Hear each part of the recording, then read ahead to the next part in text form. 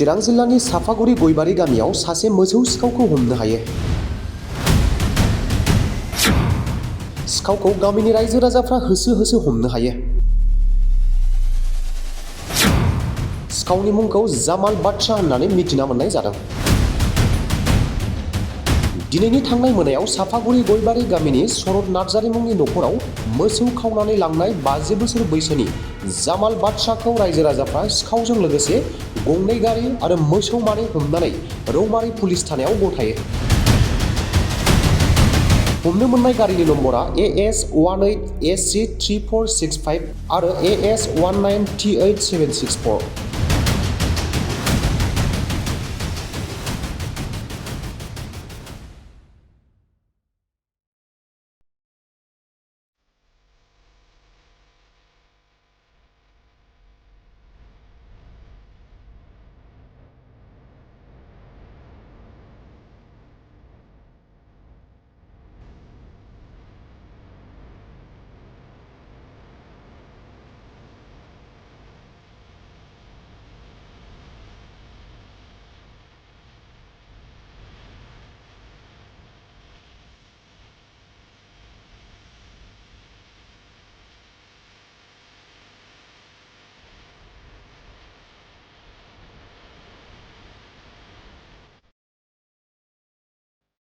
मुं थिसननो गोनां फरायसाफोरनि थाखाय गोजोनथाव खौरां।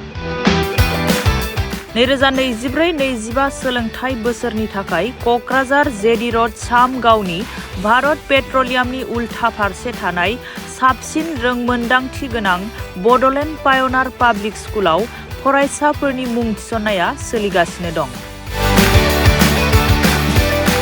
इंराजि बिजोंजों साबसिन सोलोंथाइ होनाय आरो सोलोंथायारि साबसिननि दावबायनायखौ जागायहोनो सिगां फारसे दं बड'लेण्ड पाय'नार पाब्लिक स्कुल।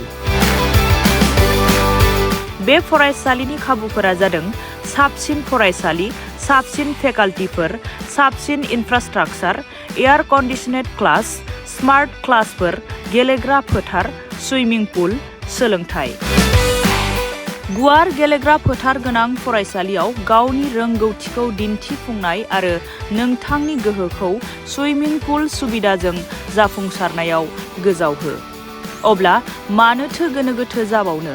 थाबैनो नैबे कन्टेक्ट 6901253728 नम्बराव सुलाद लाना गावनि फिसानि इयुननि गोजों सोरांखौ दानानै होनो मुं थिसननो थाखाय खौरां लाहरदो।